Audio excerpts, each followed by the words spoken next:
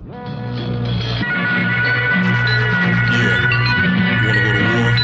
do it.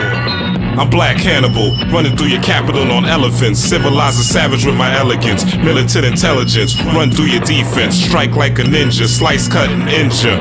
Leave no prisoners, just bodies on the battlefield. I'm Spartacus with a sword and shield. Something like a marksman with cold blue steel. War paint on my face, keep my identity concealed. Advance on your camp like dozens of killer ants. Snatch your king like chess, checkmate, this is death. While my team have fun with your queen. Throw your bishops off the roof, your knights flee the scene. I plant bombs in the home of your pawns. The detonation shook the foundation of your rooks. Holding shotguns with double barrels. They impact so hard when it blasts through your body travels. Street Spartacus. Black Spartacus. Black Spartacus. Black Spartacus. Black Spartacus. Black Spartacus. Burn your flag as I overthrow your government. New politics, no Democrats and Republicans. Spiritual systems built by wise men who's true in living. The foundation's no longer Christian. Teaching universally the wisdom of the nations. New currency, no more dollar bills with white faces. No more Caucasian domination. All races participate in cultivating education. The people hungry and they ain't waiting. No more debating. Let's overthrow the haven to Satan. This whole world needs some new changes. Rulers with new faces. It's time to take out the racists. Spartacus from the new ages. From the page to the stage, pull a blade on the money changers. Spartacus from the new ages. From this page to the stage, pull a blade on the money changers.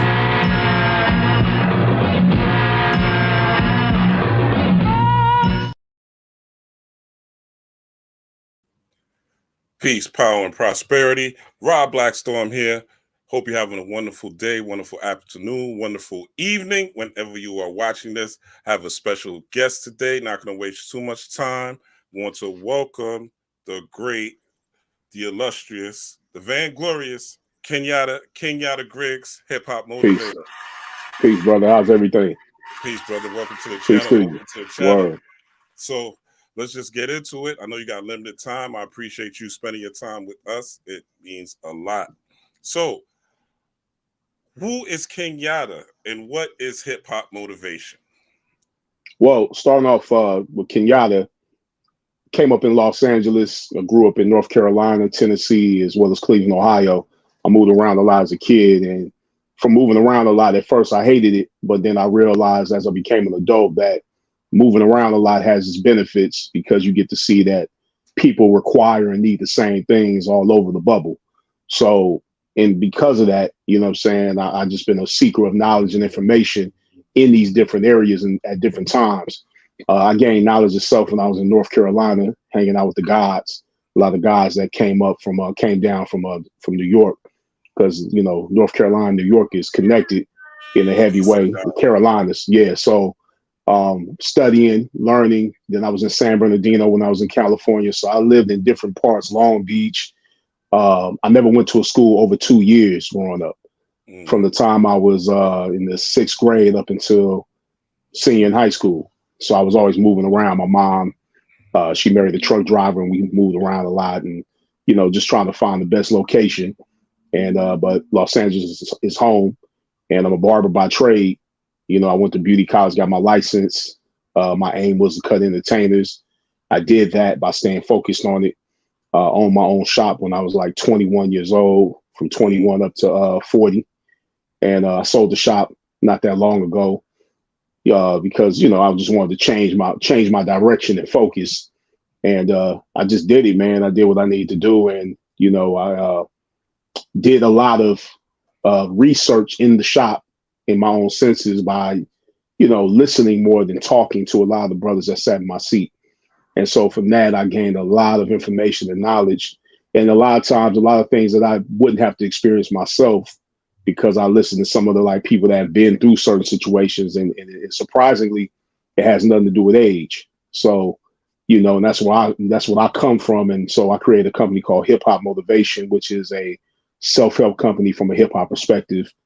And my whole idea is just to give and translate and circulate information to people who need it the most, the people that have been left in the dark, my people, Black people. That's right. That's right. That's right. So how did Kenyatta go? So the gods, so you basically the gods as the gods taught you how to rock this, as Raekwon would say, right? Or the fans Absolutely, would say, yeah, absolutely, yeah, yeah, I would say absolutely. Just Did you hanging knowledge out with my 120, my brothers. brother?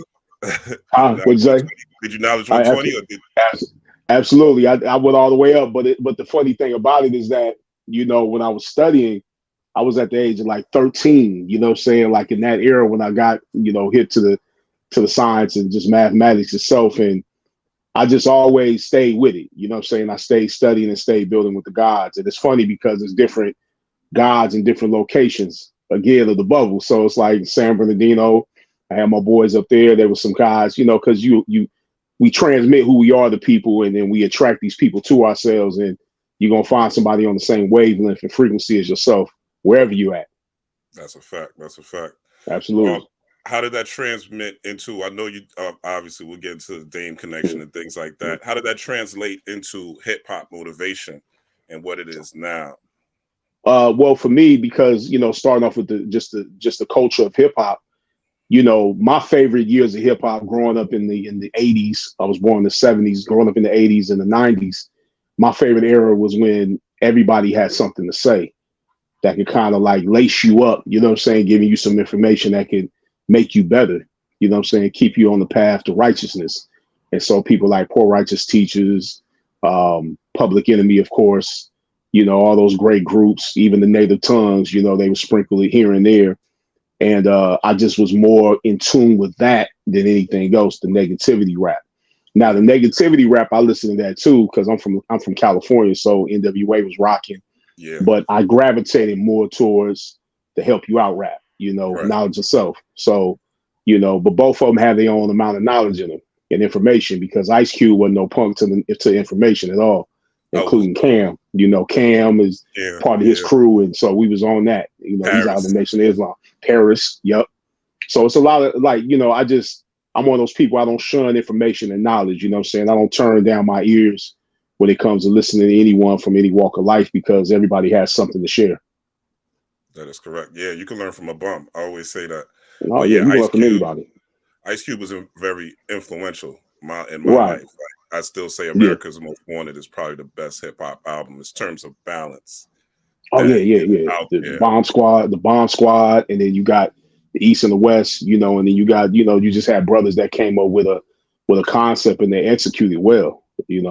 One of my favorite albums too. But my favorite Cube album would be Death Certificate, because Okay, yeah, a lot that was of people do that. Yeah. well, yeah, because I was in LA, when the LA riots cracked off, and so I know that Mm, that album was months before the LA riots, so it was sort of like the precursor, the soundtrack, almost getting brothers ready for what was to come, because it was a lot going on in LA at that time, from Natasha Harlan's getting shot, what I'm saying, in the store, and of course Rodney King.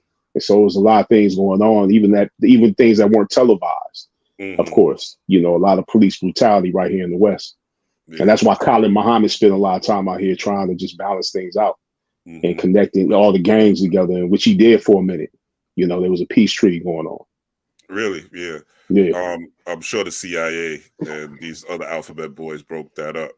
Of course, how they, and how they do it. They act like, say they kill a homie and be like, oh, such and such from that gang did it, and and so on and so on. No, but the people that are not wise to that, they just gonna keep participating in the dysfunction of hurting and killing our own. Definitely. Mm-hmm.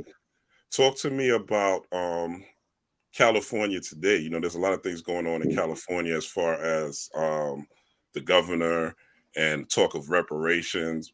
Do you see California getting worse or better? Because I also hear about, a lot of people leaving California because of the conditions. Well, I would say that, since they put the stadium right here, because I'm in Inglewood. So Okay. the stadium, SoFi Stadium, is it's about 10 minutes from me where I'm at right now. And so because they put that stadium here, there's a lot of gentrification jumping off. They pushing people further east, more towards the east side of Los Angeles and downtown, and just away from the spectacular that's going on in LA right now, which is all these buildings coming up. The Clippers are right down the street from SoFi Stadium. They're building that up. And the cost of living has went up tremendously. You know, it's expensive, but at the same time, you know, it's a lot of people that, you know, like for myself, I've been okay because I am self-employed, so I can control my dollar as much as I can. But you know, you feel the crunch when it comes time to pay rent. You know what I'm saying? Or you're paying your lease and the taxes and whatever's going on, because things have definitely went up, and it's on purpose. You know, and so the main aim for me, more than anything else, is to keep people in balance with, you know, understanding that throughout anything and throughout life there will be ups and downs, because there's the law called the law of rhythm that states that everything balances itself out, and that no matter what it is, rhythm compensates. So keep moving, keep doing what you're doing, because there will be compensation for you. For what you put in is what you get out. Absolutely. Yeah, the law of rhythm is very important.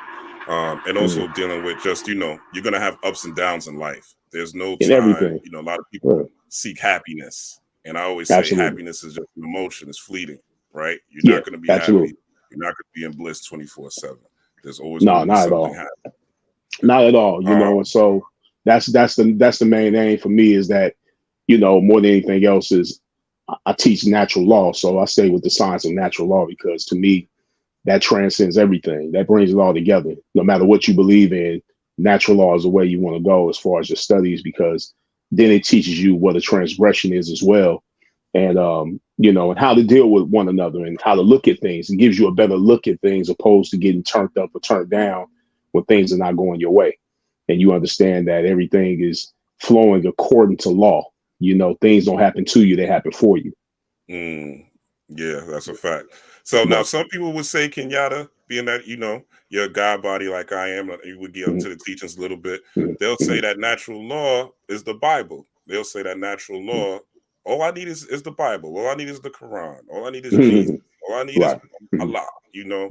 So what is natural law to you, and how do you define that? Well, natural law is what translates it all when you get into the studies of natural law. You know, whatever you believe in, again, natural law is just going to enhance whatever it is you believe and whatever it is that you study, because then you get the breakdown of how everything works in the universe. You know, there's a law of cause and effect that is, you know, a law deeper down in the principles, but it's one of the most important when it comes to achievement and doing anything. Because, you know, just like if you're, you know, in a relationship with someone and the relationship breaks apart, there's a reason that relationship fell apart. And us as men, a lot of times we do a lot of blaming on the woman. Yes, a woman can do a certain thing. She could cheat on you. She could do all types of different things. But you have to understand, women are not children, but they have the spirit of the child, because they birth children. They give us the children, right? They bring forth understanding. And when you understand that, then you start seeing that you being the head of household and the headship for the woman, what you have to do is take responsibility and implement reward and punishment, just like with your children, according to what's taking place. You know, if you condone bad behavior, as we should know, because a lot of us grew up with these people that were spoiled children when we were younger. And what happens? They grow up and they become, you know what I'm saying, prison residencies. They get prison residencies, a lot of them, where they do something heinous to someone. And so even if it's not us, you know, that's why it's very important to implement reward and punishment when whatever's taking place within your household. You know, you don't hit your woman like, you know, I don't believe in hitting children, but you have to implement that, hey, you don't get this if you do this, or you achieve this, you can have this if you do this thing, you know, and you have to implement reward and punishment.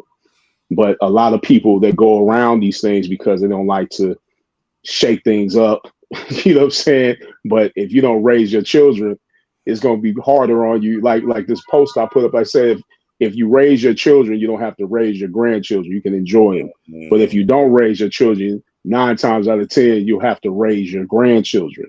And so that principle holds true with everything. And so, you know, again, you know, I like to build on personal relationships, because I've made a lot of mistakes in my personal relationships. And at one time I did a lot of blaming. I blame people. She did this or she said that, but because she said this and did that, I had no right to come out of my character as a man and argue with her, or to go back and forth with her. You know what I'm saying? I've never hit a woman, but I've been in situations where I did a lot of arguing and going back, and I never understood. I didn't understand until someone pulled my coat, you know what I'm saying, one of my clients was in the pimp game, he pulled my coat to the fact that the more you argue with your woman, the more and more you become her homegirl. That's the way women look at you. A lot of them won't tell you that, and they won't even, some of them won't even understand why they're not attracted to you as much. But what happens is the more and more you argue and go back and forth and you're condoning bad behavior, they begin to disrespect you. They begin to not respect you. And if she doesn't respect you, she's going to reject you, as they say in the streets. She will reject you. So she won't want to have sex with you. She won't want to lay up under you. She won't want to do anything for you because she doesn't respect you. And respect comes from you standing on your square as a man and holding the principles of reward and punishment in your household, in your personal dealings, with everyone that comes down your path. You have to. It's very important that you understand that the law of cause and effect is that law. There's an effect that takes place because there was a cause beforehand. Every cause has an effect and every effect has its own cause. And so that's what we got to get people back into, natural law, because it just enhances everything that you know. Yeah, whatever you believe. Yeah, these are hermetic, what they call hermetic principles, the Kabbalion. Right. I think everyone should learn those principles like memory. Oh, like yeah. The same way we understand the ABCs. Right. Yeah. I mean, they got universal laws, which are the same principles, but just expanded. But the 7 hermetic principles that they call them, you know, when they talk about Hermes Trismegistus, but it's a Tahuti named Thoth, where the word thought comes from, out of ancient Kim. And Kim means the black land. So, which is known as Egypt today. And so with these laws and those principles, when you apply them to just your regular dealings, or you take a story like Jesus walking on water in the Bible, and then once you learn these laws and you connect that with the law of polarity in connection to the law of rhythm, stating that, you know, this character image of Jesus, or some people call him Heru, stood above the pendulum swing of ups and downs. And so in standing above the swing, it'd be like if you ever had a child and you took them to the park and you push the swing forward, as hard as you push it forward, as hard as it comes back. But those ups and downs are principles of emotions. And so when you transcend that swing, you're above it and you see both ends of the swing as one and the same, opposed to getting turned down or turned all the way up and overexcited when things are going good. But the name of the game is to stay on the right hand of the swing, not the left hand. That's why they say cast your net to the left, to the right. And see, all these things start opening up scripture when you start studying natural law. It opens up mathematics. You see what I'm saying? It opens up whatever it is you're studying, it opens it up, because then you start applying real life lessons to the blessings of these scriptures that you receive. Excuse me. No, definitely. Give me an example, if you can, of reward and punishment for a young man that may be watching this and may think, you know, how do I punish her without yelling at her, without going, you know. And you're talking about a young lady. I'm gonna give both sides of it. So for instance, let's start off with the child, right? My little girl, she's 4 years old. If she's doing something I don't like, I don't believe in hitting my child. She's doing something that is disobedient.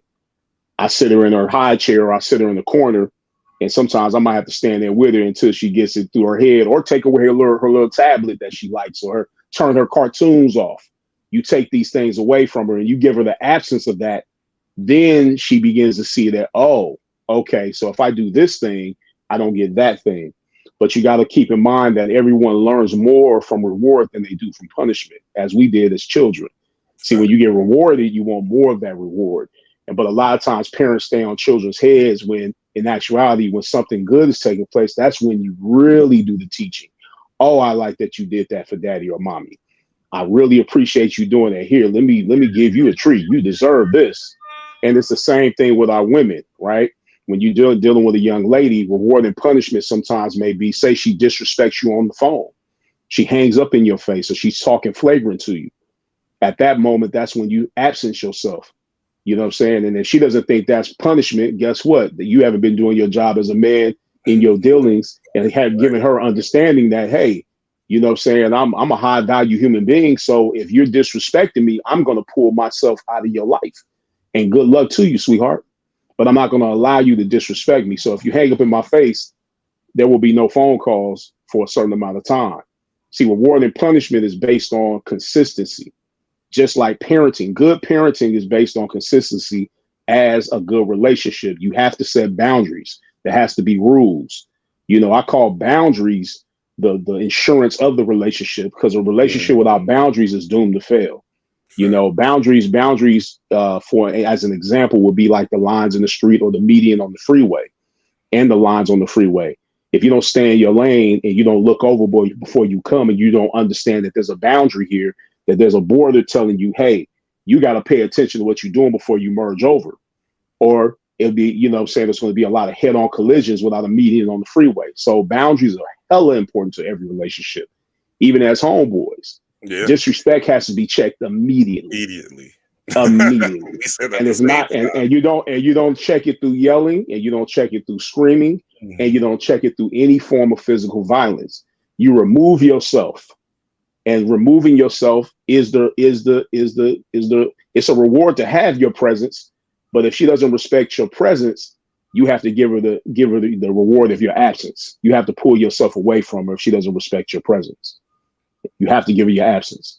And that's just the way it works. And it's the same with your children. If your children's not respecting you, or you're going through talking a lot and going back and forth with your child over what you need them to do, then you might have to unplug some PlayStations, and you might have to take away take that television out that room. You see what I'm saying? And take those Jordans off layaway, whatever it is they like to do. Keep them in the house. Hey, you like to go outside with your boys and hang? You ain't doing none of that. You ain't doing none of that. And don't feel anything about what you do. Don't feel anything about implementing discipline, because nothing works without it. And so we have to apply these rules to ourselves, and it really starts with us first. We have to get disciplined with ourselves, eating a certain way, exercise, studies, sleep, got to have a certain amount of rest. So sometimes, I know how it is when we got these phones and Instagram and all these social media platforms, and you're looking at them and looking at the screen before you go to bed, but it's going past your bedtime, whatever you set for yourself. A lot of us don't have bedtimes no more, right? Because we think that's for a child, but in actuality, it's for an adult as well. It brings structure. It brings forth boundary. It tells you, hey, this is the cutoff time. Whatever's going on, this is it. I got to do this, and this is the rules with ourselves, or the rules we implement with others in our household. Discipline. Yeah. Discipline. Got to have boundaries, man. Yeah. Discipline and boundaries. Women too. Rules. There's a lot of women who don't have boundaries, that are boundaryless. Oh yeah. And both parties need them. You know what I'm saying? Like for a woman, a young lady, she might have, her boundary might be, I don't like a man to talk to me a certain way, or to do a certain thing. And it is up to you as the man to respect or get out the way. You know what I'm saying? And the same for her. You might have a boundary as a man to saying, I don't like when a woman yells at me or talks loud to me. It makes me feel a certain way, and I can't deal with that. And I won't deal with that. And you got to stick by that, man. You got to stick to the rules, man. You can't allow bad behavior to get rewarded constantly, because when you reward bad behavior, you get more bad behavior.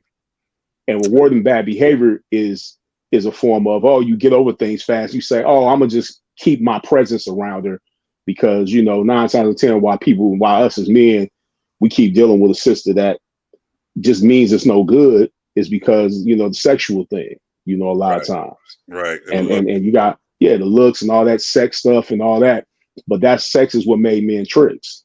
You know what I'm saying? Because you start toning down your personality and what you really want as a man and what you desire. You tone down your boundaries because you want to get in that woman's orifice.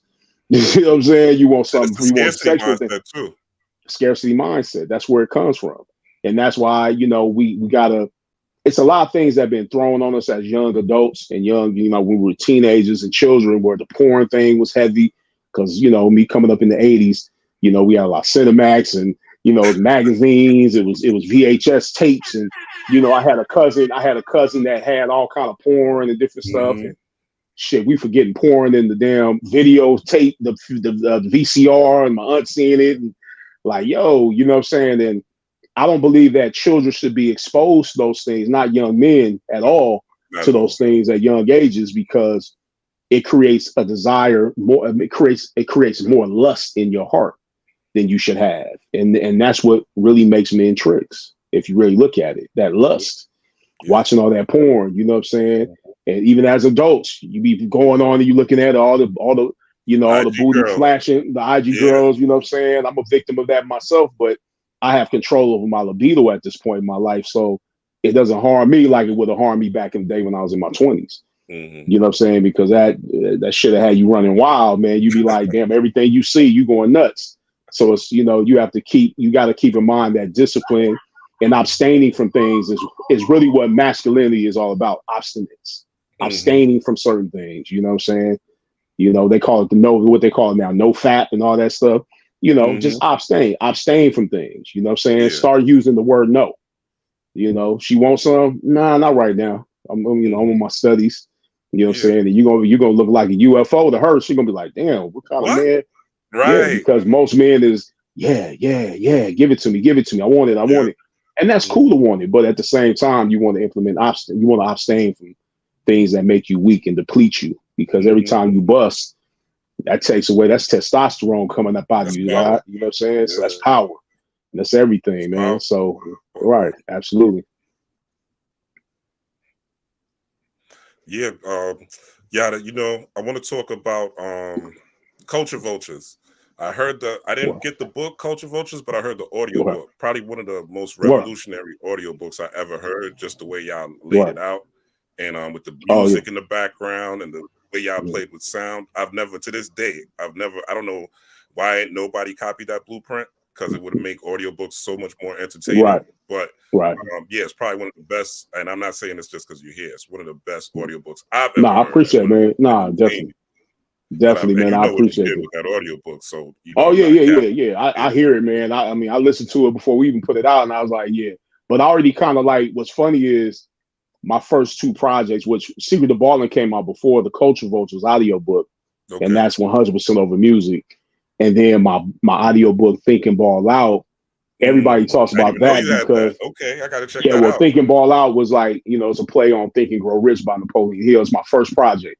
The day I wrote that project, I got shot 6 times. You know what I'm saying?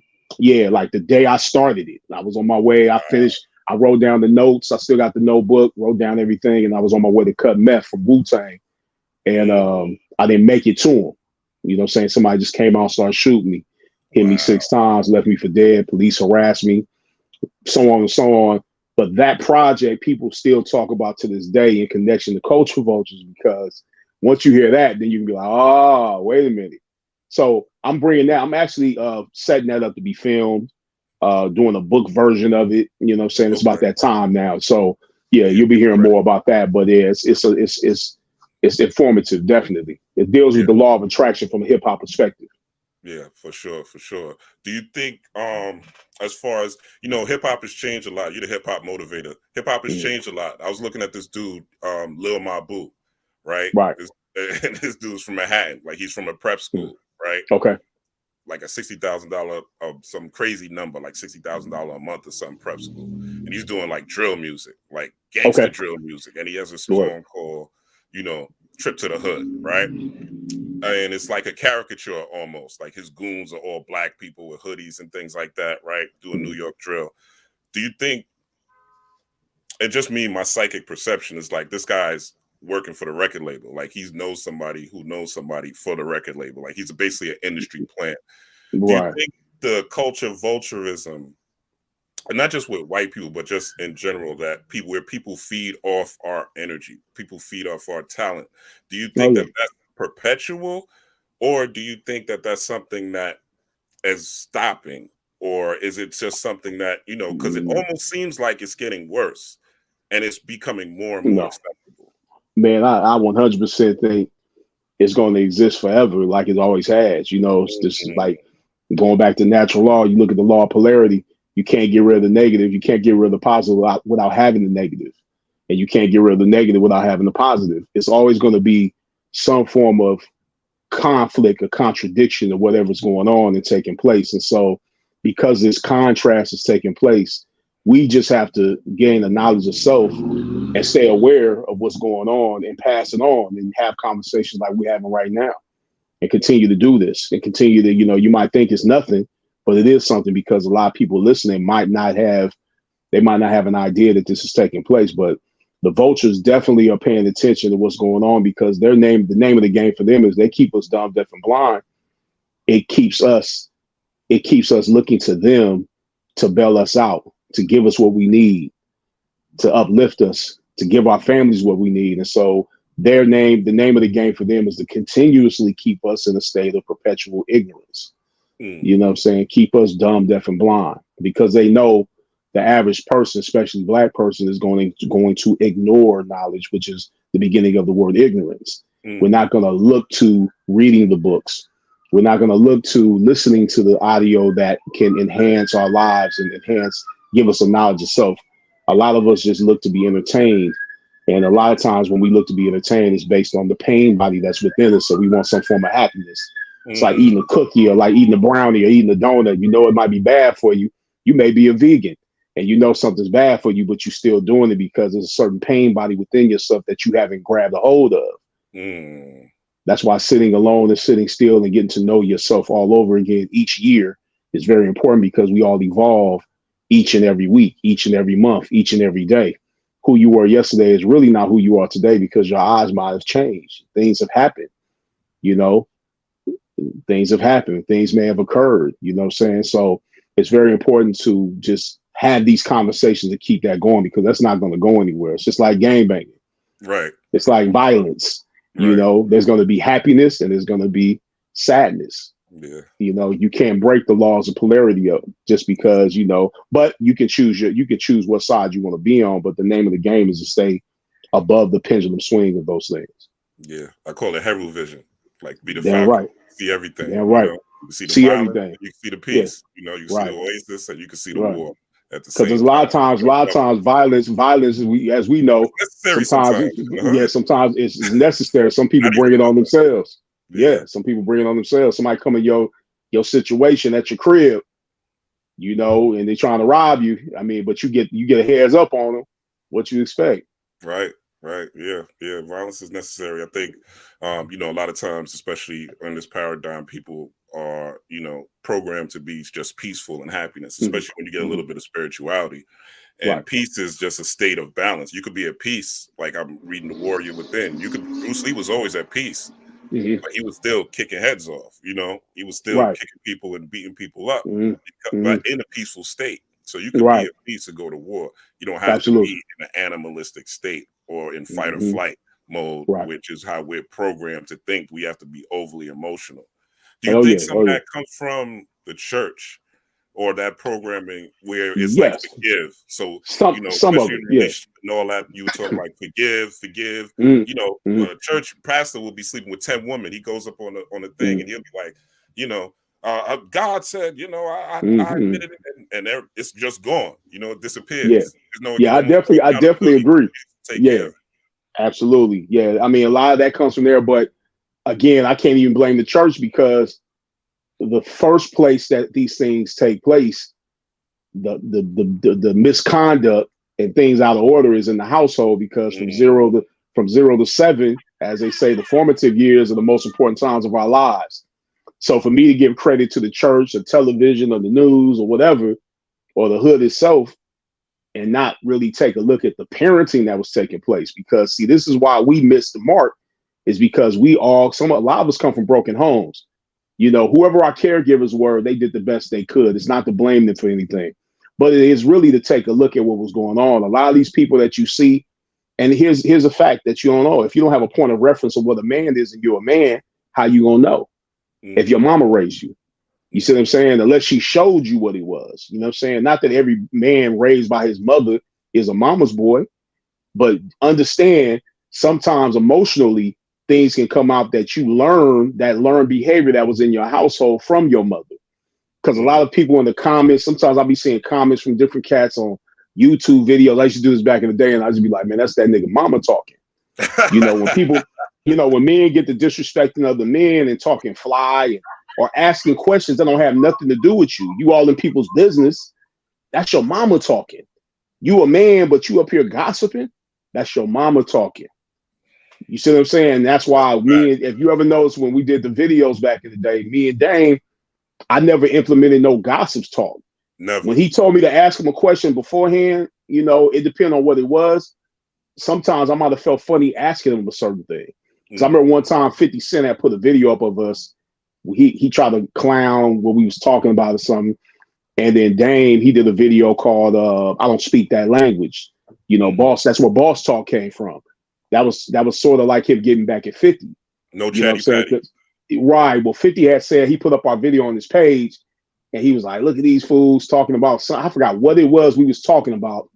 And then Dame was like, "Well, ask me about the 50 Cent thing."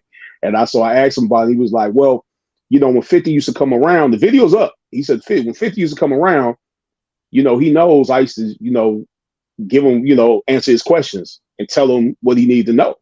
You know what I'm saying? I'm not saying I'm the reason he's just doing what he's doing, but he never got rejected by me. Right. You know what I'm saying? And so, you know, and I know 50's with the shits because he likes to clown, he do this and that. And this is Dame talking. Yeah. And Dame hit the weed. He said, "But I don't speak that language. Right. I only talk boss. I'm fluent in boss. I don't talk like, we don't, you know, all that chatty and weird." And I was like, "Oh shit. So that's like a language, talking boss." He was like, "Absolutely." Yeah. And that's where boss talk came from. And so that was as much as we went as far as gossip talk. But gossip talk, some people will call it him talking about Jay. That's not gossip talk because he experienced it. That was his life. He experienced that within his life. So when he build on that, that's just him talking from experience. Right. And so what I wanted to do was sit with Dane, was sit with him and show a lot of these men what being men is all about. Because a lot of us don't have a point of reference, man. And it's no damn, you know what I'm saying? It's no cap. A lot of us don't know what it means to be a man. We think being a man is our libido, being tough, being a killer, a gangster, being, you know, having money, you know what I'm saying? You know, being a certain height, certain, you know, whatever it may be, certain shade. But being a man is deeper than that, man. It's principles, it's discipline, it's abstaining. It's not allowing someone to pull you somewhere that you don't need to go. And so if there's an emotion that is not for you and you don't go that route, you have just implemented your masculine principle within yourself because you say, "Hey, hold on now." Because there's been a lot of situations I've been in with young ladies where they went off, said some things that was kind of fly that I felt disrespected by, or maybe did something, tried to hit me or punch me, or maybe did. But at that point, that's where the masculinity has to come online and say, "Hey, you know what? I'm gonna control this situation. I'm not going to get emotional and come out of my character." Because when you do that, now you're in the feminine principle because you're reacting instead of what? Paying attention. You know what I'm saying? You're not paying attention to what's going on, so you react to things instead of being proactive. You're not leading the situation. Right. So, you know, the masculine principle, even within ourselves, all men and women, is the logic of is the logic side of the brain. You know what I'm saying? The feminine principle is impulsive. It can be swayed and moved very easily. You have to be careful. Chaos. And so when you understand that natural law, and you understand that, and you connect these things, and you look at the 12 disciples, you know what I'm saying? Those principles are within yourself. It's not really men, these certain dudes that's hanging out with this character named Jesus. These are disciple, comes from the word discipline. These are disciplines of yourself. Like when you hear Simon Peter, it tells you to protect the hearing, right? You gotta pay attention to what you hear and what you're allowing to get within your soul, within your mind, in that precious chamber of the subconscious mind. That's why we have to stay on guard as men. The masculine principle has to stay on guard to what you allow to enter your subconscious mind, because what you give the subconscious mind, she gives birth to. That's the real helpmeet within yourself. The helpmeet is within yourself. Whatever you want, she want for you. You can have it. Your subconscious mind right now is like, "You can have it, daddy, if you want it. Just tell me what it is. If you want to feel a certain way, be a certain way, have a certain thing, you can have it. Just claim it. Know it. Imagine it. And you can have it." That's the help me within yourself. You see what I'm saying? The principle is these principles are very, very important, but people get, you know, a lot of brothers, man, they be their mama talking, man, and they get to talking fly and saying different stuff and getting emotional. Like when I see brothers getting emotional over nothing, over a young lady or trying to kill somebody, that's their mama. That's your mom, because you didn't have your daddy around. A lot of times, and you can look at the psychology of it. A lot of men that didn't have their fathers around, they are more in tune with emotionalism. And I was one of them. But I had my grandfather and my father around, definitely, to help balance that out. Because what happens is, you know, you used to seeing reaction. You used to seeing, you know, it's no secret, but my mother wasn't a reactor. So I was blessed to not have a mom that was a reactor. A lot of people didn't get blessed with that. Right. You see what I'm saying? She wasn't over emotional like that. So it's Same very here. important, man, to stay in tune. Yeah, so it's very important to stay in tune. Yeah. She was more strategic, like my mom. My mom was real strategic, and she didn't really just roll with whatever I was saying. You know what I'm saying? I was like, oh, the teacher don't like me. She ain't rolling with it. She's like, why would the teacher not like me? Let me go find out then. Mm-hmm. She was a pop-up at the school mama. So, you know what I'm saying? If I'm acting a fool. So she had order and she had control over the situation, because when a woman takes care of a child, even though it's a woman, that's her masculine principle taking care of that child, because the masculine principle is action. Mm-hmm. And I know this because I'm a man that has full custody of his two youngest children. Mm-hmm. Never had custody of any of my other children, but all of a sudden in my 40s, I got custody of my children. And at first I was resistant. And I was like, damn, this is feeling kind of, it's cool because these are my babies, but it's feeling weird to me. I had to change things around in my schedule and this and that. But then I looked at it, I said, wait a minute. This is the most masculine I ever felt in my life. Mm-hmm. There's never been a time in my life not getting shot, taking fades in the street, fighting different niggas and working, owning a barbershop. Everything the most masculine I've ever felt was taking care of my children as a man. Because that is automatically the masculine principle coming online when you take care of your little children. Period. That's a boss. Yeah. That's period. Boss. Yeah, when you take care of your children, that's boss talk. But and that's also why, if you got children with a young lady or your wife or your girlfriend, you come home, she be with the kids all day, she really in her masculine principle. So that's why sometimes she might reject you, because she's still in her masculine mode, because she's handling business. Action is masculine. You know what I'm saying? And we know this in men and women. The fuck it moment in our lives when we say we had enough of something is the masculine principle coming online. For a woman that says, hey, I want to lose weight, fuck this shit, I'm going to do it. That's the masculine principle. Energy, yeah. You know what I'm saying? But, you tell the average citizen this, they might not understand it until they start looking more into natural law and understand how things work, the law of mental gender. Mm-hmm. You know what I'm saying? Which is the last law of the Hermetic principles. Mm-hmm. Yep. Law number 7. Law of gender. Very powerful. Work. Very powerful. Very powerful. Very, very powerful. Wow, you covered a lot, man. You post a lot of Bobby Hemmett, Reverend Ike, C. Freemanel, a lot of occultists, metaphysicists. How do they contribute to your mindset, and do you dabble in the occultism at all? Absolutely. Well, the word occult comes from the word oculus, which means hidden from plain sight. That means sight. Oculus means sight, and it means hidden from plain sight. So it's not for the feeble-minded. It's not for the all. It is for the all, but it's not. It's only for the people that have been blessed enough to receive the information and to receive that path, because there's a light side and a dark side to everything in the universe. When you saw Bruce Lee and you saw that old kung fu symbol, saying the yin and yang symbol is a principle, there's the law of polarity right in your face. You see what I'm saying? The dark side and the light side, everything has it. As good as we are as people, as bad as we can go.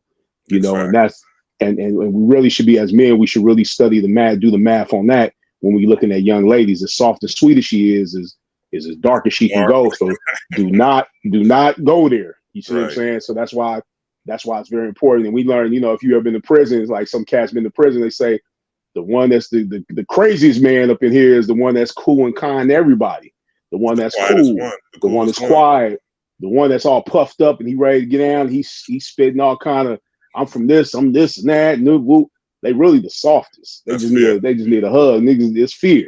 It's fear coming online. You see what I'm saying? But the cat that's falling back, he chilling. He don't have to gloat and brag, and that's the one that really got the answer. You see what I'm saying? He got that answer for you if you need it. That's so yeah, that's the one that can bring the pain to you. And so with that, like I said, man, it's just understanding those laws and those principles and you applying them, it just connects, man. It's just doing the math, man. It's all math. It's all math, God. Like, what I'm saying? As we know, we learn that, what I'm saying? There's knowledge 120, wisdom 120, understanding 120. You understand, like, Yeah. You know, Ultra freedom. Yeah. That's your yeah, culture. it's Life's it, gonna get you free. it all Yeah. comes together 360 degrees of the all, you Yeah. know, and that's why the first law is the law of mentalism. And even in the first law states the all is mind, the mind is all, and the universe is mental. Take a look at being that the all, meaning that everything is a form of God, a source energy. It's source energy. It's the electricity that makes it all work and come Mm-hmm. together. But the last line, if you pay attention to that one, in the universe, but the universe is mental. Wait a minute. The mind is all, the all is mind, and the universe is mental. Wait a minute. So you telling me if I change my mind, I can change my life? I can Mm. change my cipher? I can change everything around me based on me changing my mind, implementing new principles, implementing new understandings. That's why it's very important to study. Sit still, know that I'm by God. Get quiet. It's very important, bro. It's very Very. important to sit still. You see what I'm saying? Because a change in philosophy can change everything about you. And this for the young ladies, you change your philosophy, you can change your body. Everything is based on philosophy, what you believe to be true. What do you think? And I ain't talking about religiosity. Whatever you believe, that's for you. You know, whatever you into and whatever you think you that's working for you, continue to do that. But understand everything has a balance. Everything has polarity. And Yeah. it's just what it is. Hot and cold are both just different degrees of the same thing, as well as yourself. The It's what dark you side do. of you and the light. It's what you do with it. Definitely. Definitely. You stated something I saw in one of your videos. I wrote it down because it was important to me, and I wanted to ask you. You said that the comfort zone is worse than fear. Why do you think the comfort zone is worse than fear? I love that statement, by the way. The Why do you comfort think? zone being worse than fear is because you kick your feet up and you think that it's all good. But to me, they're both one and the same. But the comfort zone, people get comfortable with just doing daily activities. They almost get hypnotized into keeping certain daily activities going. But if you turn yourself into the hamster on the wheel at that point, because you're going fast and you're moving, but you're not going anywhere. So a lot of times fear can move you in a direction to get strong, to get better. You know what I'm saying? Like when I was laying on the ground, a certain amount of fear came over me initially when I was laying there with all the bullets in me and I couldn't breathe, and the cop harassing me, standing in my blood, asking me what I did to deserve this. You know what I'm saying? Couldn't Yeah. talk, couldn't project. I had fear in that moment, but then what I noticed was when I moved away from fear and I just concentrated on my breathing, I came back to life. There was some kind of life that came over me because I had died and came back. So I felt the energy when I couldn't really breathe, but the breath I did have, I was thankful for that breath. It was like a fish out of water. Wow. So when I moved away from fear, I came back to life. You see what I'm saying? So there was no at that point, it was like, well, whatever happens, it's gonna happen because I felt one with the universe. I felt one with the ants swimming in my blood. I felt one with the concrete I was laying on. You see what I'm saying? It was like something came over me. I just felt one with everything. It's just almost like melting. The dying feeling was like me melting into everything. It was like there was no resistance. It didn't feel bad. It didn't feel ugly. It almost felt orgasmic. You see what I'm saying? And I've heard other people talk about it, but for me, when I felt that feeling, it was incredible. Wouldn't want to go through that again to get that feeling, but I know that it was incredible because I learned a lot about, just understanding that being thankful for what you do have is all the gratitude principle is one of the heaviest principles one can implement. Yeah. You Every know, morning. but Every morning. right. But we can't get into a comfort zone that moves us away from our true calling within ourselves. And so if you get too comfortable, you might not make a move towards what it is that's pulling you towards, what you're being pulled towards. Because you're just comfortable. You're kicking your feet up, you become lazy, you get fat, it's all good, and so again, like relationship, once you start working on yourself, the relationship is doomed at that point. Just get ready. You got to continue to work on yourself. You got to keep implementing your purpose in the relationship for yourself. You got to work towards something. A woman can't help you get nothing. You got to have something to work towards. You know what I'm saying? Yeah. She can't be a help meet with nothing to help. Yeah. Helping you just sitting on the couch watching the game. You Right. watching other people that work out beforehand and then come to the game to show their athleticism, on a higher level. You have to do the same thing. You got to implement purpose, implement a form of selfishness. The word selfish is an important word that a lot of people overlook. But like I tell people, the suffix ish means of or about, and what you put in front of it, that's what you're of or about. You have to be of or about yourself. You got to be of or about your own business in order to achieve your own greatness. You can't you can't really now. And I know like there's an unenlightened selfishness. I understand that, but in order for you to be the best man you could be within your household, you have to implement some selfishness. You got to work on you. You got to continue to work on you. Continue to believe in you. Continue to work on your purpose. You see what I'm saying? And your woman sees this, your children see this, they like, damn, daddy, he on his grind, like he doing this thing. It's inspiring, but it's uninspiring if you kick your feet up and you get comfortable. Yeah. You're gonna get ate. We learned that in the animal kingdom shows you that. Right. So let certain animals kick their feet up and chill. Mm-hmm. They're gonna get ate. They're gonna get destroyed. They turn to prey. Yeah, someone's gonna snatch you up.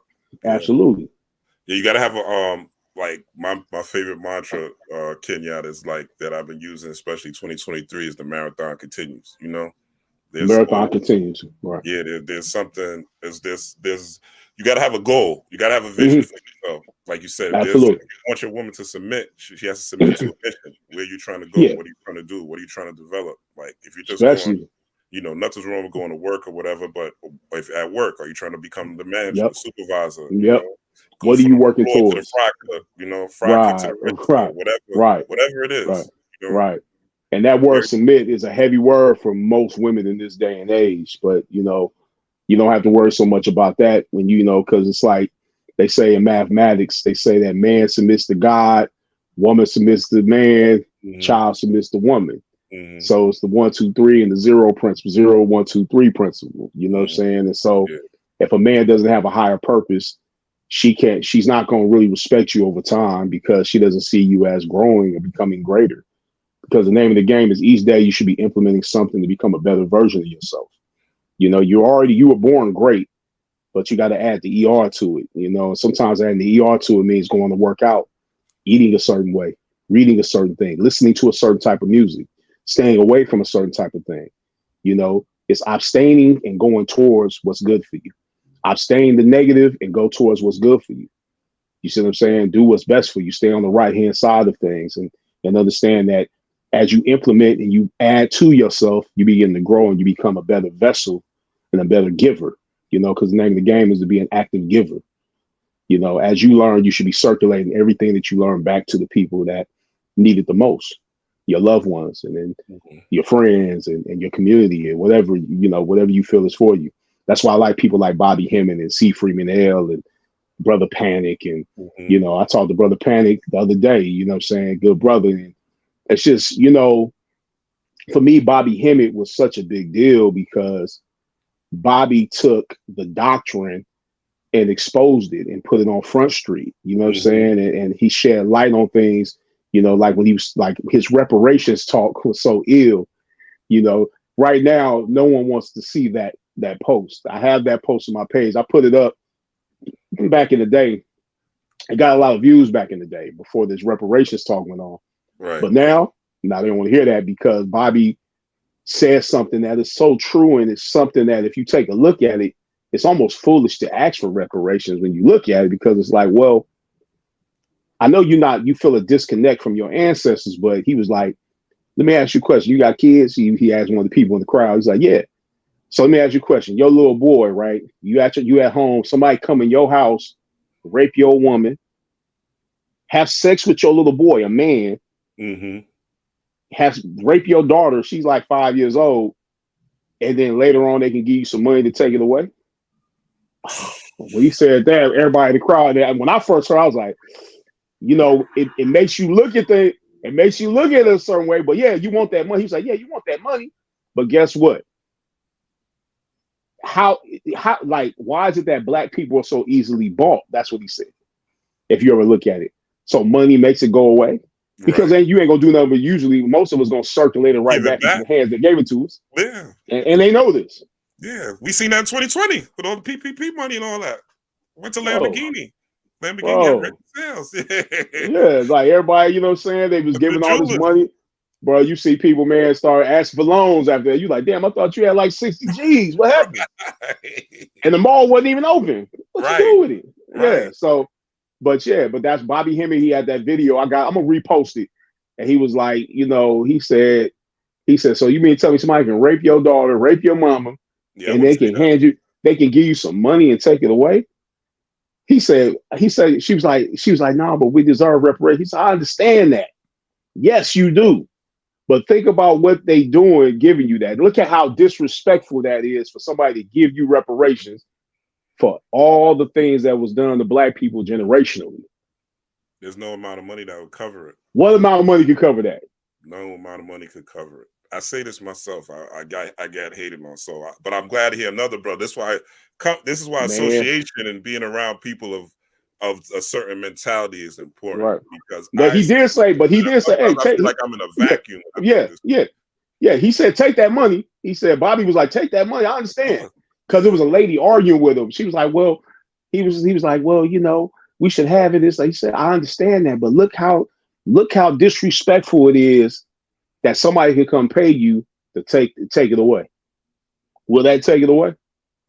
He said you want to go buy some more shit out the mall. That's all it is. Some shit you don't even need. Get some more cars. He said that's all it is. He said, but look at it. Could they pay you and take it all away? Right. Somebody rape your child. Oh, your mom come in and rape your girl in front of you, or rape you. And they, here you go $1 million. That should be good. What? Mm-hmm. What? Yeah. Man, just think of the blow to the head our people have been struck. Right. As Elijah Muhammad used to say, our people been struck a blow to the head, brother. Yeah. I'd say take it, but reinvest it in something more than, Take that money. Bobby said, take it. I ain't saying don't take it now. Yeah, what I'm telling you is you taking it, but look what you taking. Mm-hmm. Do you think if ancestors is real and they within us, do you think for a minute that's beautiful to them? No. He said the energy, that's like an abomination. That's almost like them laughing in your face, like ha ha ha, they could be bought. You know what I'm saying? I'll do all this craziness to them and then just give them some money to take it away. Mm-hmm. I'm gonna beat the child, I'm gonna beat you, I'm beating the child up. I'm gonna take the child to the toy store and give them a toy and it all goes away. That's what they look at. That's how they look at us. Right. I'm gonna get you a treat and it goes away. You don't even remember it. Yeah. You're like a 3-year-old. I'm gonna whip your ass. I'm gonna punch you in the face.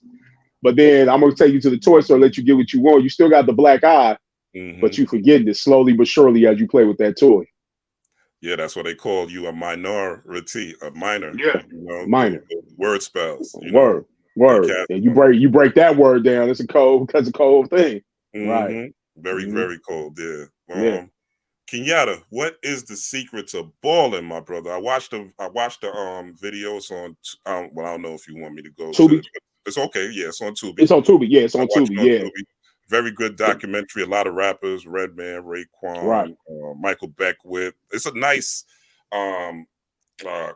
compilation of different people. A nice gumbo of different backgrounds. Right. So you got Don Bishop Wand in it. Mm-hmm. You know what I'm saying? I remember my team was mad at me because I put him in the movie. I wanted the interview, but you know what I'm saying? Like I said, I don't, Yeah, I look at it like, hey, all it's knowledge, it's information. Game is knowledge. You know what I'm saying? And so and who better to do it than somebody from the ism? You know what I'm saying? Because they give you game, like, hey, they study the science. You know what I'm saying? They study the heavy principle of the female. So why not give us some game? So I put him in it, but that's the hour version of the movie. There's a 2-hour version that's way stronger to me. That was the guy that filmed it for me. That was his version of it. But you know what I'm saying? There's a 2-hour version that I did. And I'm gonna put it up on Tubi. I'm gonna put that up. That's the uncut version. And I did that movie. Like I said, we had one camera, we got down. I did that movie from the heart. You know what I'm saying? It was an idea I had in connection to Think and Ball Out. Because I did an interview with Dame on the Think and Ball Out audiobook, which is on iTunes, and it's called The Secret to Balling. where I interviewed Dame about the same questions way back in the day in 2003, 2004. And then hits years later, I did a movie where I interviewed all types of different people, including Dame, about the same thing. Like what their real true secrets, what they saw that their secrets were that helped them achieve success. Like when I asked Snoop, you know, and RZA and Dr. Beckwith and Virgil Roberts, the lawyer who put Solar Records in the game, and Shalimar and all them, the Midnight Star and Death Row. Yeah, you know what I'm saying? And the preacher, the reverend on there, he was dropping fire. Oh, Bishop Edwards, one of my boys, man. Yeah, he's up in Oakland. His son is actually a producer named Mars. He's a producer named Mars who did a lot of stuff with Nipsey, and he's part of that, I think 1500 or better, whatever that crew is called. He's part of that. So that's his son in that crew. But he's a singing preacher too. So you know what I'm saying? Ain't nothing like a preacher. If they getting down, they putting some singing in there too. So, but he's dope. Yeah, he's dope. You know, everybody just gave their input, man. Like Faith Evans, Kelly Rowland, Frank Gatson. DJ Quick was in there. Word. But I interviewed so many people, you know, I had to cut it down to a certain few. Be Real from Cypress Hills in it, you know, and so it's.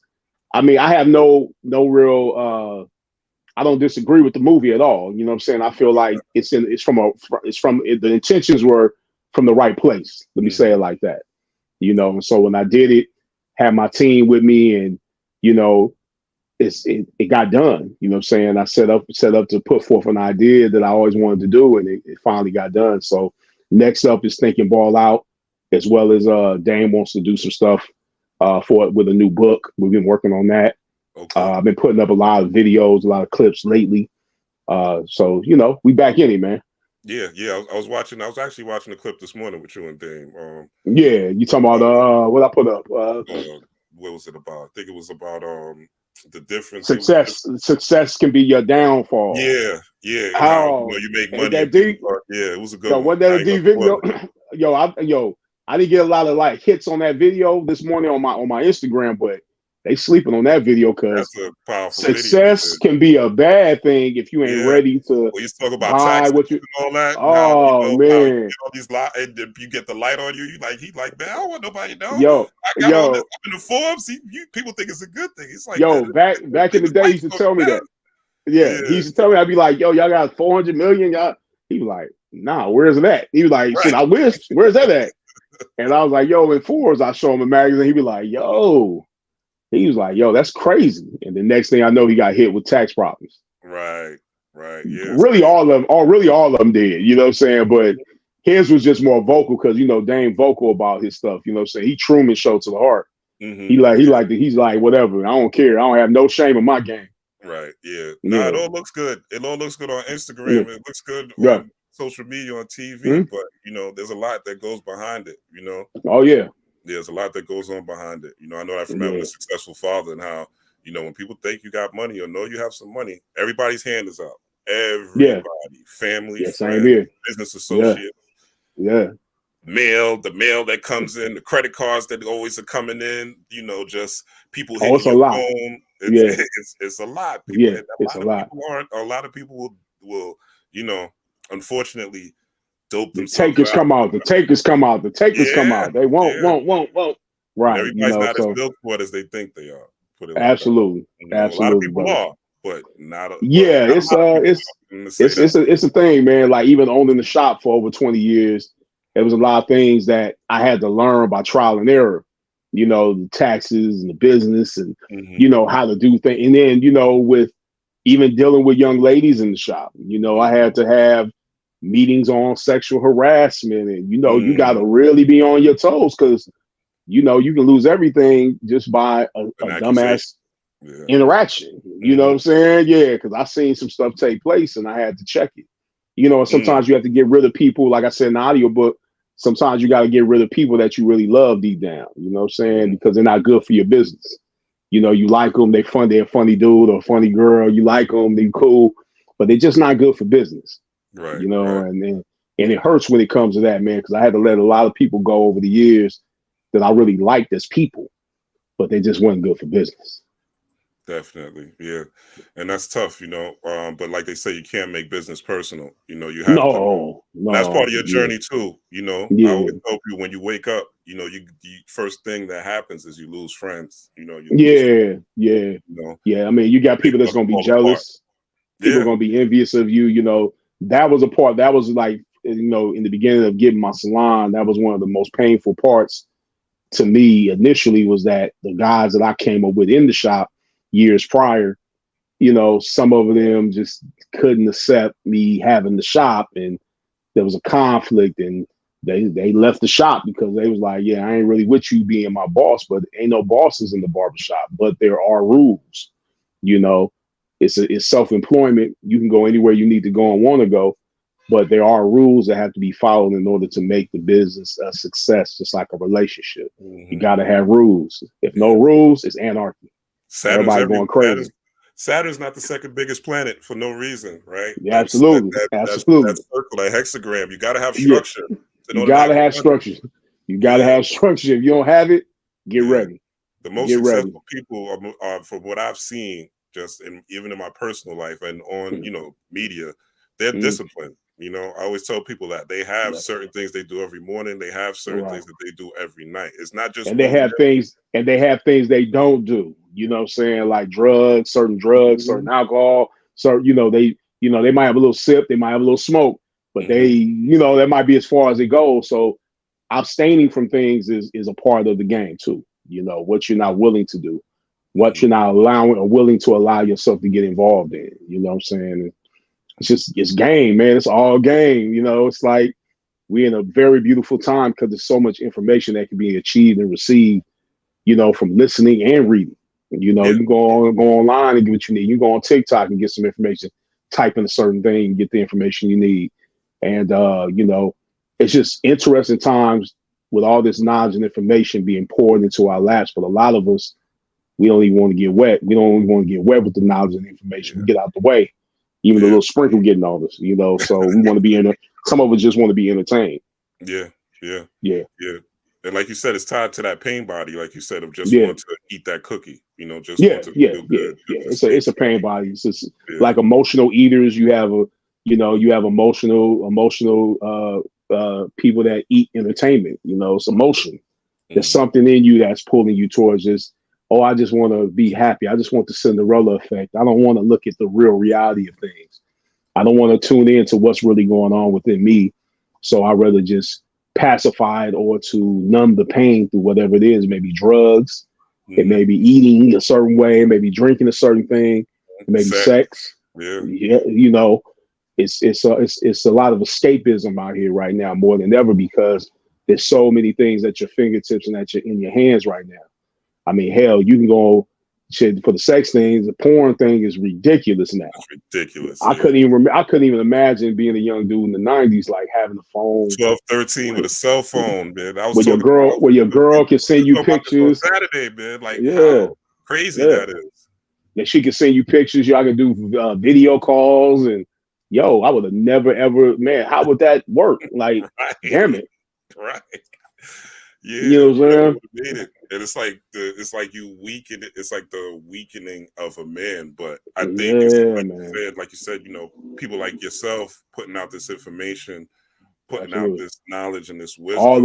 All of us coming together and just building on different topics, man, and just giving people an opportunity to go take a look. You know, you don't have to believe, but go take a look. Go check it out. That's why I like Bobby. Bobby always comes with bibliography. You know, if he states something, he's going to give you where he got that from. Opposed to a lot of people, they'll just say it like they're the only ones reading it or the only ones that know a certain thing.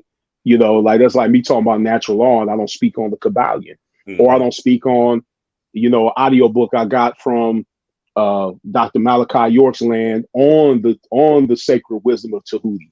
You know what I'm saying? You know, I got an audiobook that's so cold on it. You know, and I got that from way back in the day. Yeah, I got that way back in the day when the land was going on in Georgia. So I think it's called Eatington, Georgia, or something like that, where they had the land outside of Atlanta. I remember seeing that in Ebony magazine back in the day. Yeah, man. And I connected with my boy John Robinson from Science of Life, a rap group named Science of Life, And he hit me to it, and I got the number, and I called his people, and I got a copy of the Sacred Wisdom of Tahuti. Oh man, Yeah, I need a copy of that, my brother. yeah. I got you. That ain't Yeah. nothing. That's So it's it's just beautiful times we in, man. You know, where we connect. You know what I'm saying? Where you in New York, right? I'm in New York. Yeah. I'm in California, man. We wouldn't have crossed paths in the street, but look how we cross paths. This is how they look at the times we live in. It's dope. Yeah, and it's I took a risk. I said, "Yo, let me just inbox the brother, see if he want to come on." And I said, "Yeah," because I had like last week. Like, last week we were supposed to link, but I had like a family situation I had to take care of. But shoot, man, everything worked out, man. Everything worked out. It worked itself out. Yeah. Last but not least, I know you got to go. I don't want to take too much of your time. Talk to us, closing out, about the combination of research and imagination, and how that works as far as you know. I don't want to say I hate to say manifesting because it's such a big buzzword, but yeah. Research and imagination. But they manifestation and imagination connected to research, man. It's highly important because it's advantageous to you to do research, because when you research people that are doing the things you may want to do, it's easier for you to imagine yourself in that picture. You see what I'm saying? It's like it's easier for you if you start studying, say you want to be a rapper, and you study, you're a young dude, you study Little Uzi Vert and what he did to get on, and different techniques, and what he was reading, what school he went to, and you study on this, and you're looking at how his career unfolded. It's easier for you to imagine yourself doing the same thing, but in your way, because someone came before you with their own human abilities that you researched and did it. You see what I'm saying? And from that human ability that you've seen these things being done, it's easier for you to imagine your own human ability taking over and going to the next level through imagination. Because imagination is like really, really, really, really, really the most important aspect of it all. Yeah. If you can see it, you can have it. You know what I'm saying? You have to feel it. You got to smell it. That's to me, that's the most important chapter on my audiobook. That's because I do it. There's an exercise that's connected to it where I say, imagine your car, imagine the fitness goals you want to achieve, imagine your relationship, imagine your finances, imagine the house you want to have, imagine the car you want. And we look at it like people say, oh, that's materialism. Well, everything's a form of materialism because things materialize. You know, if you have a dream and a vision to do something, it should materialize if you stay on it. So imagination is key. If you can see yourself doing these things, you can see all the possibilities, and you can see yourself achieving the so-called unachievable to other people. It's real easy to get there when you can see yourself arriving at the destination. When you put the end in mind, you see the end result of where you want to wind up. It's easy to get there. You know what I'm saying? It's like, you know, wherever you live, it's like you want to get to one city, you know where you want to arrive. You drive towards that city and you get there. You start making moves daily and continuously doing research, studying the craft. Definitely.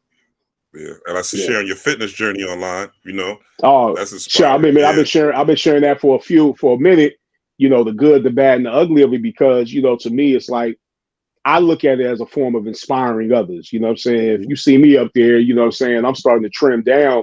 The first time right now, since all the working out I've been doing, I've just kind of been more mastering the eating habits now. Well, before I get so busy as a barber, I be eating late. So now everything is more organized than it used to be. And so I'm starting to see myself trim up. I'm starting to, you know, I'm feeling a lot better because, you know, I'm stronger. Right. But now the eating is really, I'm mastering that. Right.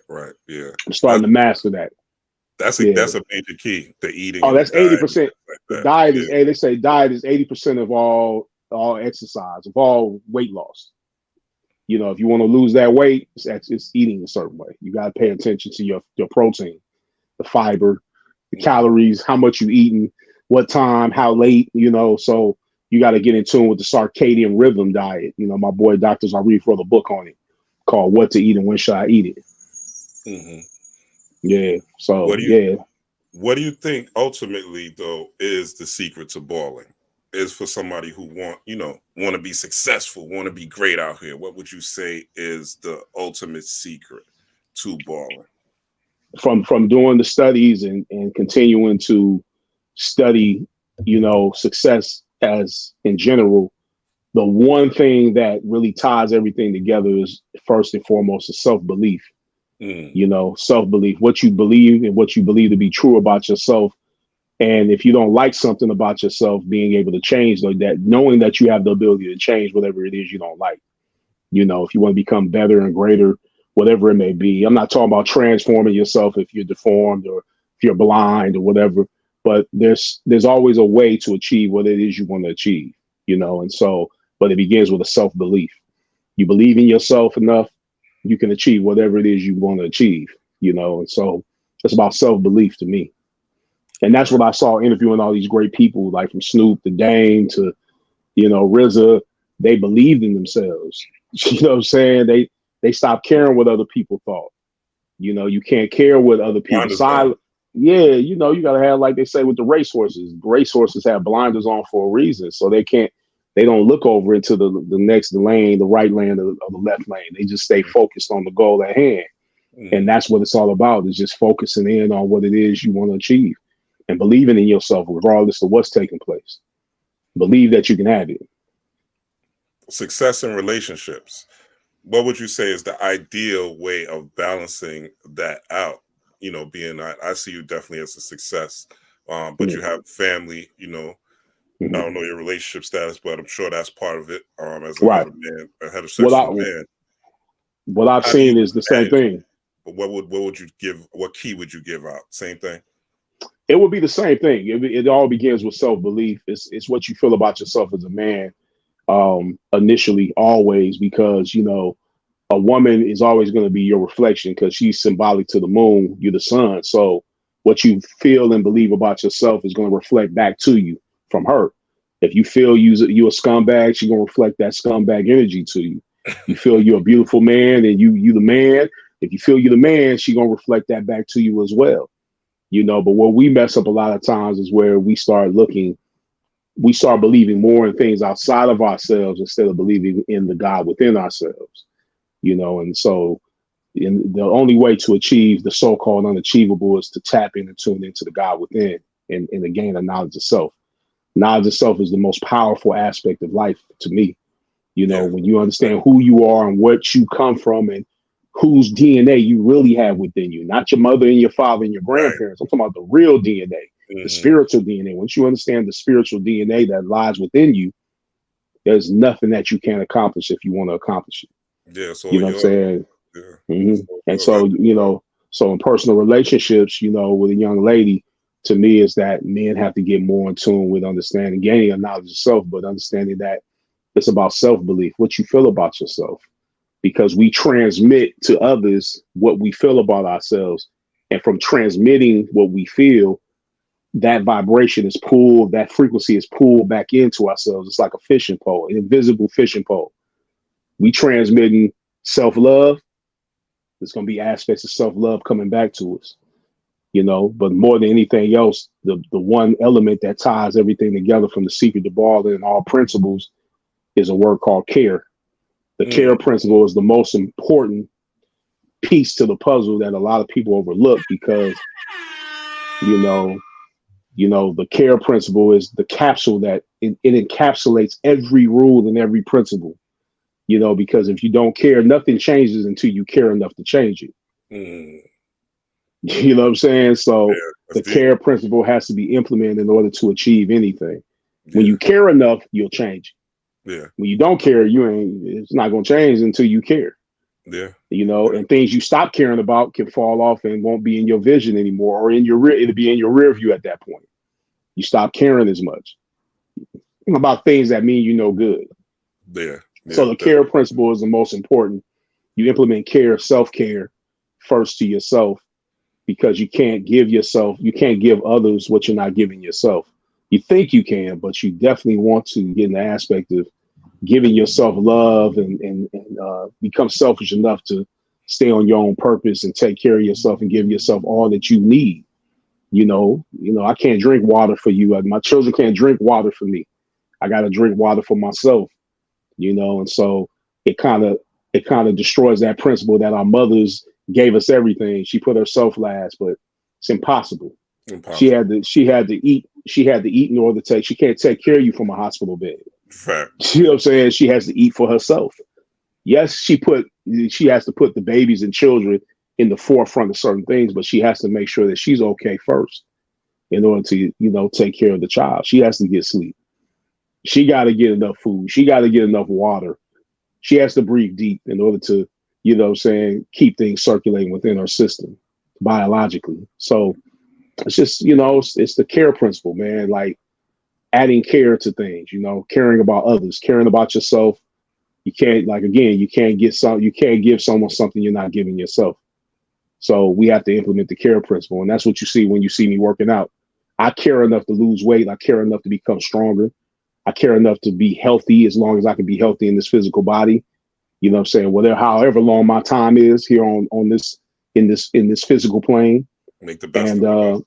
You make the best of it. You know what I'm saying? But the care principle will pull you into the light of yourself and in your own God abilities. Last Because question. that's what. Oh, go ahead. I'm sorry. Go ahead. No, but that's pretty much like the care principle is what it is, bro. Definitely. Last question. Since I have this on my page, I gotta ask you, what does it mean to be a god? What does it mean? Because a lot of people think being a god is like, you know, I get 500,000 subscribers on YouTube. I'm dropping all this knowledge. I got a lot of women, you know, making money. My checks is coming in or whatever at the job, whatever, you know, all this money's coming in. I know all these things. People listening to my wisdom, you know, things like that. And they think that they are a god. What does it mean to be a god? Well, you know, whether it's large or small, we know that everything in the universe starts large and grows small. I mean, it starts small and grows large. Yeah. Right. So, you know, even an ant has the God frequency within it. You know, the ants that we walking across and walking over all day, that doesn't necessarily mean that it's not a part of the true and living, you know, but the true and living is, you know, to me, your God ability is put online even more when you recognize and you gain that knowledge of self or what's within you and what these things that are outside of you, that what's connected to these things outside of you is the God frequency. You know, when you understand that the God frequency is everything you see and taking place, the birds flying, the trees, the plants, you know, you know what I'm saying, the wind, the sky, the air, and you start saying like everything outside of yourself is within yourself, and you get into the law of correspondence, which is the second law of the Hermetic principles, as above, so below, as within, so without. You understand that everything outside of yourself is a principle within yourself, and everything within yourself is a principle outside of yourself. So the God principle to me is really just actually continuously circulating as you receive, circulating these things back outside of yourself. That to me, that's what my God ability is.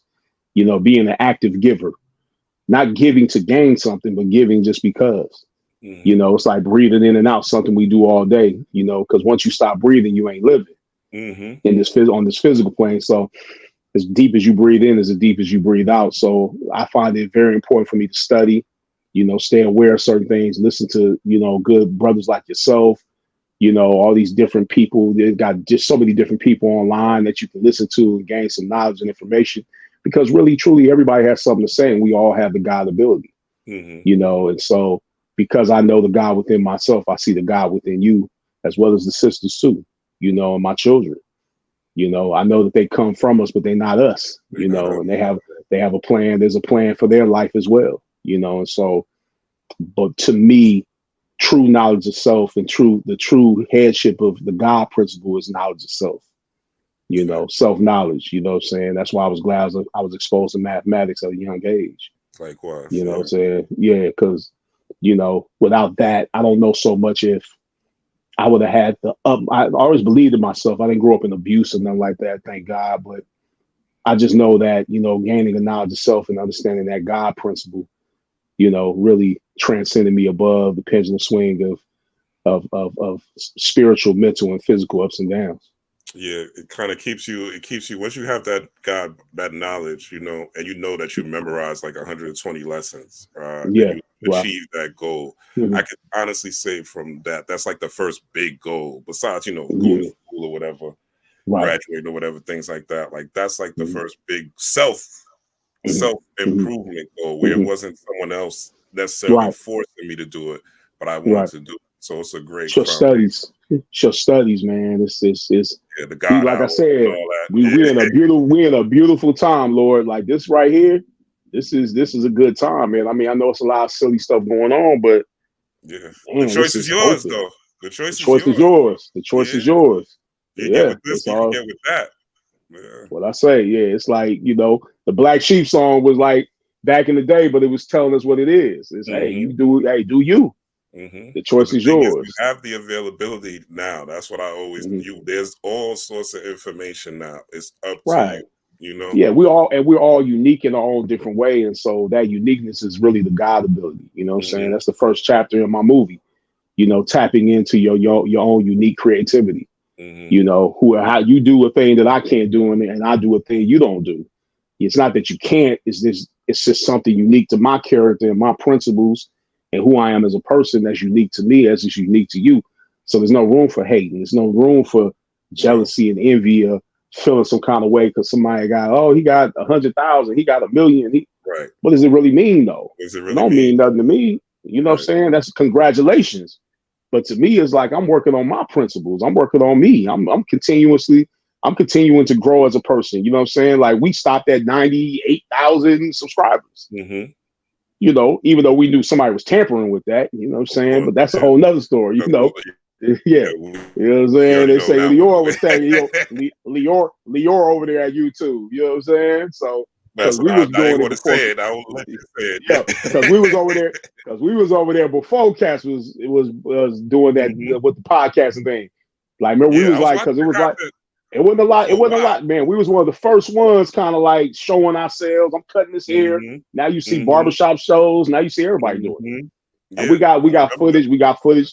We got footage of Noriega. We got footage of different podcast people that's real big right now, saying we the reason they did it, and it was a humbling experience because Dame filmed it. And he was like, damn, Noriega told me and Dame, he's like, yeah, on camera. He's like, y'all the reason like me and FN started, you know what I'm saying? We used to watch all the time. And Nipsey, before he got killed, he used to tell us that like, yo, that's all he watched. And he showed me in his phone, him and Lauren. Look. Yeah. In his history, I was like, damn, they watching us. They watching videos with me by myself. Like, shit, they watching everything. Yeah. So people tune in, man. That's why you don't stop. Everything in the universe starts small and grows large. So what does it all mean? If you want it, you can have it. Yeah, I remember Dame being on the station here, 105.1 Breakfast Club, and him talking about running your own business, and people were hating on him, and I was like, nah. That's one of the best, and that was one of the best interviews probably ever. Like that, you talking about the one where him and DJ Envy was going back and forth about working for somebody, and beautiful interview. Harsh, but there's like I said this in my last video I did with the sisters. Shame is part of our African culture. It's part of our tradition. Shame, like there's nothing wrong with a little shame. Constructive criticism is important, and it's important for people to deliver a message. Like you want somebody to tell you got a boogie in your nose. You know what I'm saying? You don't want to be sitting there talking to them all day, and you got a boogie in your nose, and and they won't tell you. Like you want people to tell you the truth. It may not, it may not be something you want to hear, but they told you the truth to help you, and that's all Dame was trying to do. And I saw that seeing my pop, and that's what when he said that, I understood 100%. If you got a parent like that, you really understand that. Like I do too. Like I couldn't get how people didn't see it, but now talking to you, now I'm putting it together. Like, okay, I grew up with my grandfather. My grandfather was like that. My mother and my dad. Right. So I was like, and my grandmother. I was like, so he's right. Like, go be your own boss. Like, what you want? You can pass down. People don't like the harsh medicine of realism. It's harsh. It can be harsh, but it helps. Especially that harshness to help you. Especially for men. Yeah, women you might have to deliver a little differently, but for men, they don't like it because they think they know everything. Right. It's ego. Ego gets in the way. Yeah, ego gets in the way, bro. Man, I appreciate it, man. Definitely, man. This is dope. I appreciate your time, my brother. Always, bro. Yo, hit me up anytime. Yeah, I'm gonna hit you up for that Dr. York. Yeah. Hit me up on that. Yeah, no, I'll send that to you, man. That's nothing. That's easy. I think I'll do a drop. I think I got it in my my Dropbox, so I'll send it to you. Just text me your email. Yeah. Much gratitude, my brother. Thank you for the time. Oh yeah, peace. Highly appreciate it. Highly appreciate it. No, it's all good, man. Let's get down, man. Send me the link to everything so I can chop it up. All right, we'll do. We'll do. All right, I bro. got All right, peace. Peace. you. Peace. And there you have it, y'all. Interview Kenyatta Griggs. Kenyatta. Hope you guys enjoyed. And I'll be coming to y'all soon with another video. Peace, power, and prosperity. Rob Blackstorm. Kenyatta. Go check out his video, Secrets of Ballin, on Tubi. Great video. Tubi is free if you got a smart TV. So check it out. Definitely something. It's a full moon today, full moon in Pisces. So definitely one of those videos you want to tap into. And with that said, I got to go myself. Peace, power, and prosperity. One love. Talk to y'all soon. Oh, and if you're new here, hit that like button, hit that subscribe button on your way out. All right. It costs you nothing. Peace.